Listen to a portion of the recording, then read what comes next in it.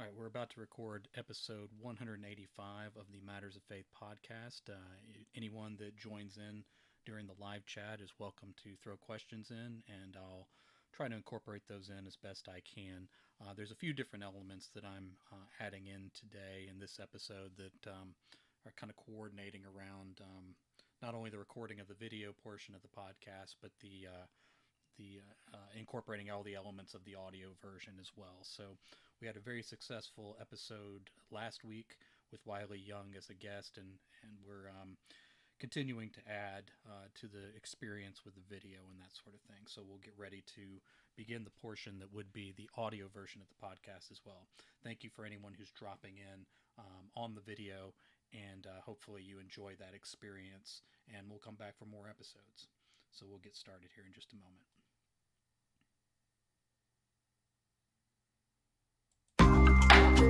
Every person's story has something to teach us. How others view life, how obstacles are overcome, how joy is felt, how fears are faced, how love is expressed. The Matters of Faith podcast explores individual stories of people's lives and how faith plays a part. It may not be your story, but it may help shape yours. And now, Matters of Faith with your host, Jay Wilburn. You found the Matters of Faith podcast on Project Entertainment Network with your host, Jay Wilburn. This is episode 185. We're going to be talking about Thrive in Your Circle. There'll be a few different verses that we look at. Again, this is a faith-based podcast, and we're looking at a couple passages from the Bible, but we're going to be discussing more generally. So even if you come from a different faith or philosophical background, some of the ideas that we discuss here are likely to be useful to you, and you can apply them as they fit into your life experience. Before we get into that, I want to talk about our sponsor for this episode. We're talking about the novel Blacktop Wasteland by S.A. Cosby. I'm very excited to talk about this novel because it's one of the ones I've recommended the most this year. His first novel, My Darkest Prayer, was just excellent, and I was sold on him as an author at that point. Blacktop Wasteland came out and has sort of taken the writing world by storm. Stephen King talked about it more than once. I saw it in an interview. I saw it in some tweets.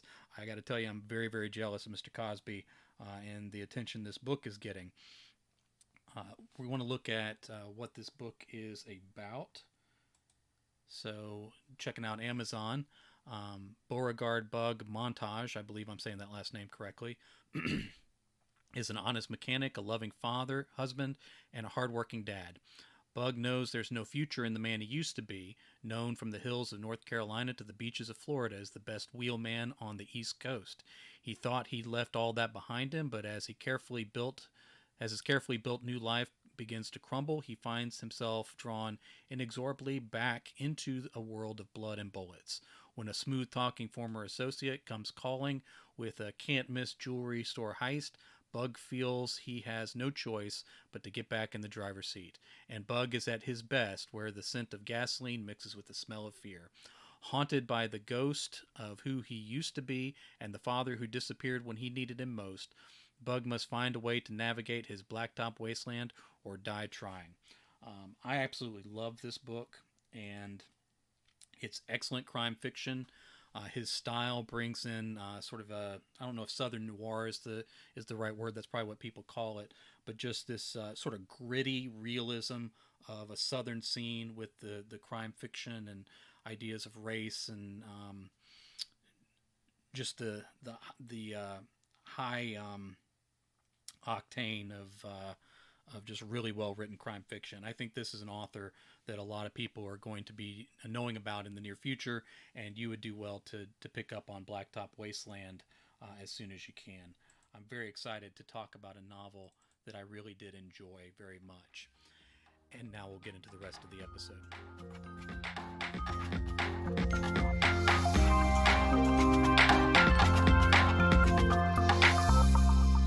This is the Matters of Faith podcast on Project Entertainment Network with your host, Jay Wilburn. This is episode 185, and we're going to be talking about thriving in your circle. Now, this is not meant to put limits on us, but rather the idea that as limited human beings with our own flaws, is there still a way that we can thrive with while respecting those limits that we have and trying to get past them. And we'll see how that plays out as we talk through the episode. We're going to be looking at a few different scriptures. The first one we're going to look at is in Romans.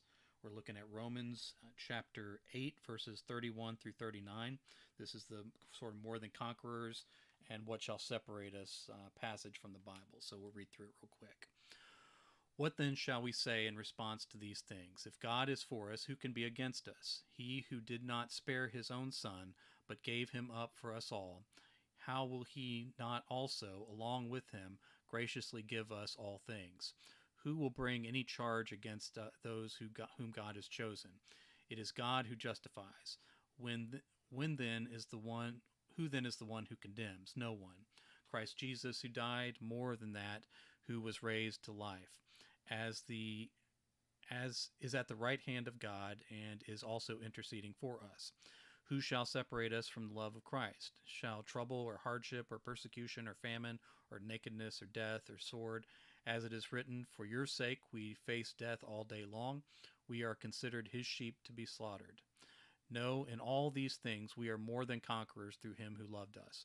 For I am convinced that neither death nor life, neither angels nor demons, neither the present nor the future, nor any powers, neither height nor depth, nor anything else in all of creation will be able to separate us from the love of God that is in Christ Jesus our Lord. All right, and now we're going to look at another set of verses in 2 Corinthians. We're looking at 2 Corinthians 4, 7 through 9. But we have this treasure in jars of clay to show that this all-surpassing power is from God and not from us. We are hard-pressed on every side, but not crushed, perplexed, but not in despair, persecuted, but not abandoned, struck down, but not destroyed. And then finally, we are going to look at a passage in Matthew. That's Matthew chapter 11, verses 28 through 30. Come to me, all of you who are weary and burdened, and I will give you rest. Take my yoke upon you and learn from me, for I am gentle and humble in heart, and you will find rest for your souls. For my yoke is easy and my burden is light. Now, all those passages have spiritual meaning, and primarily they involve this connection with God that's very specific to Christianity in terms of those verses and the intention of those authors. I do think there's some broader concepts that can be applied universally to our existence in life and how we face the things that would seem to limit us and how we deal with those limits. The more than conquerors verse is one that could be taken a couple different ways. And one of those ways is sort of the super conqueror idea. So this would be, we're more than conquerors. So not only do we conquer life, we conquer eternity. Or not only can we conquer the way that non-spiritual men conquer, we're also going to conquer in this God-fueled power as well.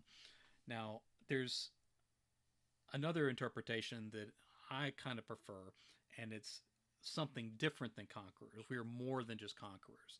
So this idea that not that we go out to conquer the way that many people think of success, but rather we can exist beyond that in a state where we can be successful without having to go out as if towards conquest. We're not claiming other people's territories or overthrowing the lives of others to gain what is ours. It's beyond the idea of conquest, thriving without having to resort to destruction or these zero-sum tendencies and tactics in order to achieve. Now, again, like I said, these verses can be interpreted a number of different ways. But I think there's this idea that, like, the way that we normally think of conquest, we're meant to be something more than that. And I think that's where maybe the secret to being able to thrive within the circle of limits that may be imposed upon you may work. Now, there is an idea of going beyond your limits that I think is a pretty important one. I can do anything, that, and other phrases that are basically in that limitless, self-actualizing mantras that we can sometimes say to ourselves to push ourselves further than we would normally go. There's power in those phrases. They're useful phrases. And the idea that, like, we can change the way we think in order to go beyond the limits that we sometimes set for ourselves. You have to strive for something beyond what you've ever done before in order to surpass what you've done in the past. Ignoring limits, real or self-imposed, drives you to go further than you previously thought possible. Even if you fail, you extend yourself closer to success, and your boundaries are pushed back in a way that never would be if you had been realistic about your chances from the start. The problem arises when you hit a hard limit over and over and you start to doubt yourself because you seem to be failing no matter how many times you tell yourself you can do anything, or even find yourself falling short or attack yourself for falling short of your own goals, and you become your own worst enemy, tearing yourself down at that point. There is a balance between the ambitions of the ambitions and optimism of limitless thinking, and then the realism of where you are now. Um, you have to start where you are. And this is a concept a lot of people have trouble with because there's two ways to get it wrong. One way is that you get stuck in a rut and you figure, well, this is all I got, this is where I am, and this is the best I can do. And then you're stuck there, and it really doesn't matter what your limits are because you're never going to test them. The other idea is that you can get stuck in this idea of I'm capable of anything. I don't have to consider where I am right now. I'm going to go for the success I see other people getting. And then because you're not starting where you are, you're trying to begin like a person using resources that you don't yet have, whether it's skills or achievements or the network or whatever it is that other people have accomplished through years of work. You try to skip all that work and get to that other place and behave as if you're someone that's starting from a different place. And that's where you're going to run into frustration, where your goals are going to be continually foiled, and then you have a problem. You have to address all the things that led to where you are, and that's a big part of starting where you are now. You can make small steps out of sort of the rut that you find yourself in, but those first few steps that may not seem impressive to anyone else are the necessary ones, so that you can make a few steps beyond that, so that you can reach some early success, so that you can use that to rise up in the future. And it only begins if you're willing to be realistic about where you are, so that you can propel yourself into something bigger later on. You have to face the consequences of your past actions. All of those things led you to where you are now. That's not to say that you're a failure or you're a sinner or that you deserve the position you're in. It's just a reality of these causes and effects, some of which may have been out of your control, but focusing on the ones that are in your control that sort of put us where we are now. You're in a position where you want to be in a different place than you are now. So you begin where you are and then move beyond it.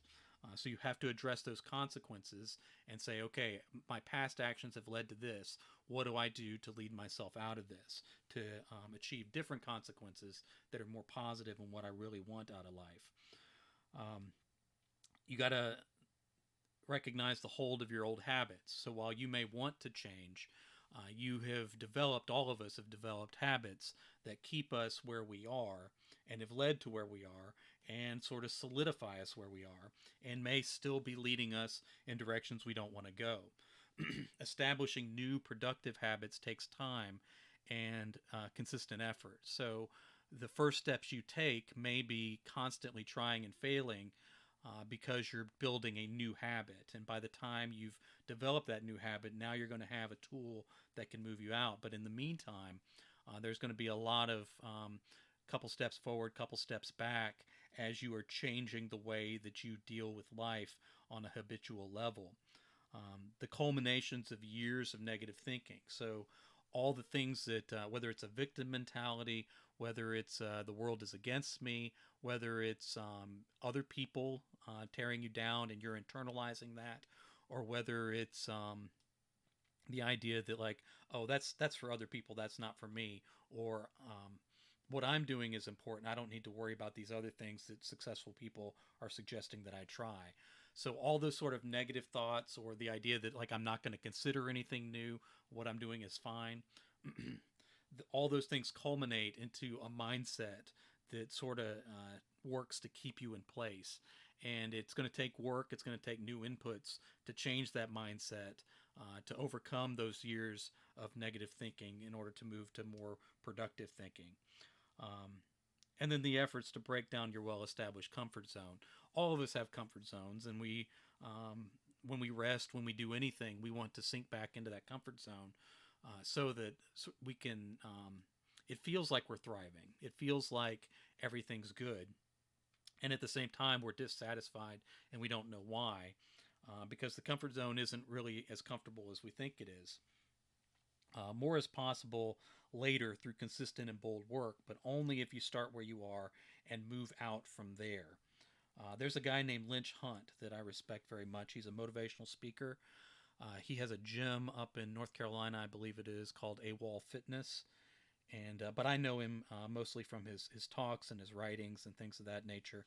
He was in prison. He went to prison for drug dealing and distribution. And while he was in there, he made a change and started working on his own mind, his own mindset, the precepts that he wanted in place in order to never have to go back to that place. Um, there is in his case there was a real prison he had to face as he worked to better himself. He couldn't just bust through the wall and go to his new life now that he decided things were different. The prison was a real limit, a real obstacle that he had to face, and so he had to thrive within that circle that he found himself. And he excelled. He outdid the people around him because he was focused on bettering himself. And so that the physical prison didn't hold his mind or spirit. But the reality was he had to achieve all that where he was. He couldn't deny he was in prison. He couldn't deny the things that got him there.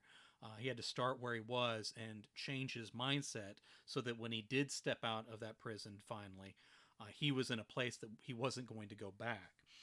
What he talks about in some of his works is that many of the people he deals with has never been to prison and don't even know those physical constraints, but they have prisons within their minds, and those are the ones that we can overcome, but only if we put in the work to do something different, to thrive where we find ourselves. So I find that sometimes people who have been healthy all their lives struggle when they get sick. So they're used to being successful. People who have done well for many, many years and run into a real obstacle or something that tears down everything they've worked for and they have to start over. A lot of people run into trouble there. Sometimes it can be age. You spent your whole life being independent. You spent your whole life just being strong and taking care of yourself. And you're willing to help others, but you don't like accepting charity yourself. That describes way too many people. And the result of that is that when you do start to break down, as the human body tends to do, now you're resistant to the idea that I may need help. Chronic illness is a similar thing. When you've been healthy your whole life and then suddenly you get an illness that's not as simple as rehabbing through an injury of some sort. Now you're having to change the way you live in order to thrive.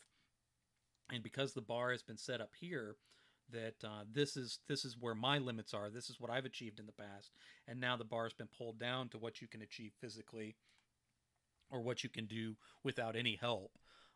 Now you think, well, everything at this bar and lower is failure because I used to be able to do this all by myself. And the mindset change in some cases may be accepting the help you need to thrive.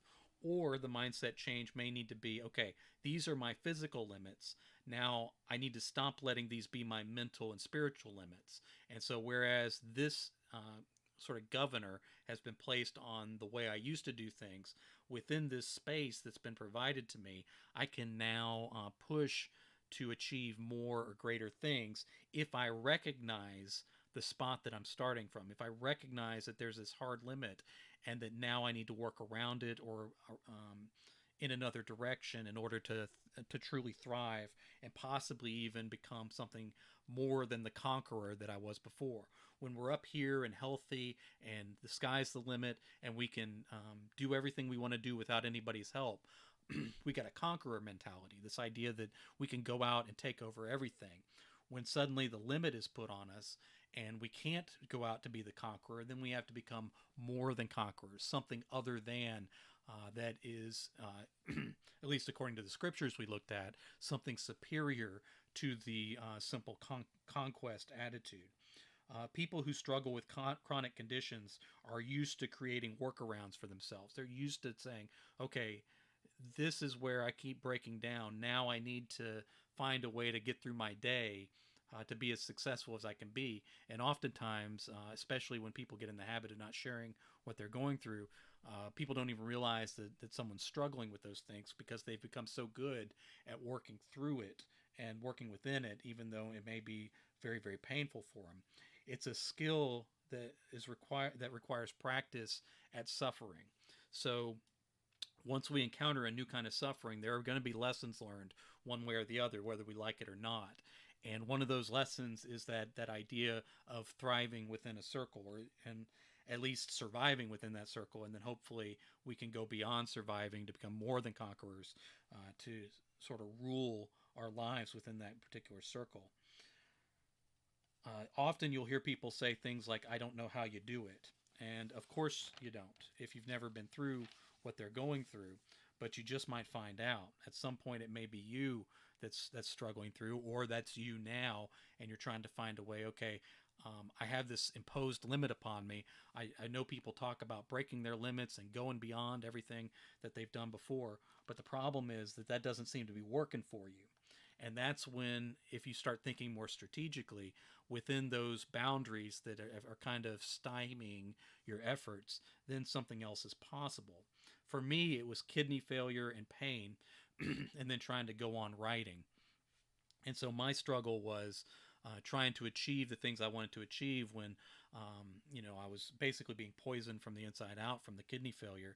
I was writing, in some cases, more words back then than I do now, because back then the limitations are physical. Now they're more mental. I have a few more cognitive issues following transplant. Physically, I'm much healthier. Anything above dying is an improvement from where I was there at the end. But kidney transplant is a treatment and not a cure, and that's something that I've had to learn, and my wife with me has had to learn as we've gone forward. Some of them are medication related, some of them are related to the damage that was done before transplant. I have trouble with memory. If I have to call up specific things, sometimes about books I've read, or placing incidents and things like that, my memory isn't always as strong as it used to be, and especially in the process of forming new memories. Sequencing is very difficult for me. Trying to follow directions or instructions, even like on the back of a microwave dinner, those things scramble up for me. I'm on and off with my mental acuity. Sometimes I'm pretty sharp, and then other times it drifts away from me, and I don't really have a lot of control over that. I have trouble with math processes, so sometimes, especially when the mental acuity slips a little bit, it's math that I struggle with, trying to piece things together. I used to teach it, now I have a little more trouble with it. These are all in the category of executive functions, which are an area that kind of comes and goes for me based on the testing that we've done. Attention and processing, especially if I'm not interested in what I'm trying to pay attention to, or I'm not entirely invested in it, that's very difficult for me. In addition to that, I've had some seizure trouble recently that I had to, as recently within the last few years, I've been on medication for a while, and the medication has helped stop the seizures. I haven't had any in quite a while that we know of. But bright lights and flashing lights still cause me trouble. It doesn't push me into a seizure, but I can tell it's messing with my head. Repeated sounds and words that are repeated over and over again, will like shut down my mental processes. I can't think when that's going on. I don't drive. I'm allowed to, but I don't, because I know my limits. With the way that I'm distracted, the way my attention can drift, the way I have trouble with mental acuity, the way lights mess with me, and the idea that repeated sounds or repeated words can shut down my mental processes. I don't want to put anyone in danger by driving myself. So that is a limit that I have to recognize. Now I could take the attitude of, well, I'm going to overcome it. I'm going to get behind the wheel. I'm going to really focus, and I'm going to get done everything I need to get done. And I could do that, but that may not be respecting the limit, and it's not respecting the other people in the way. That's a conqueror's mentality. It's the idea that this may be my limit, but I'm going to push past it. I'm going to conquer this thing that's gotten in my way.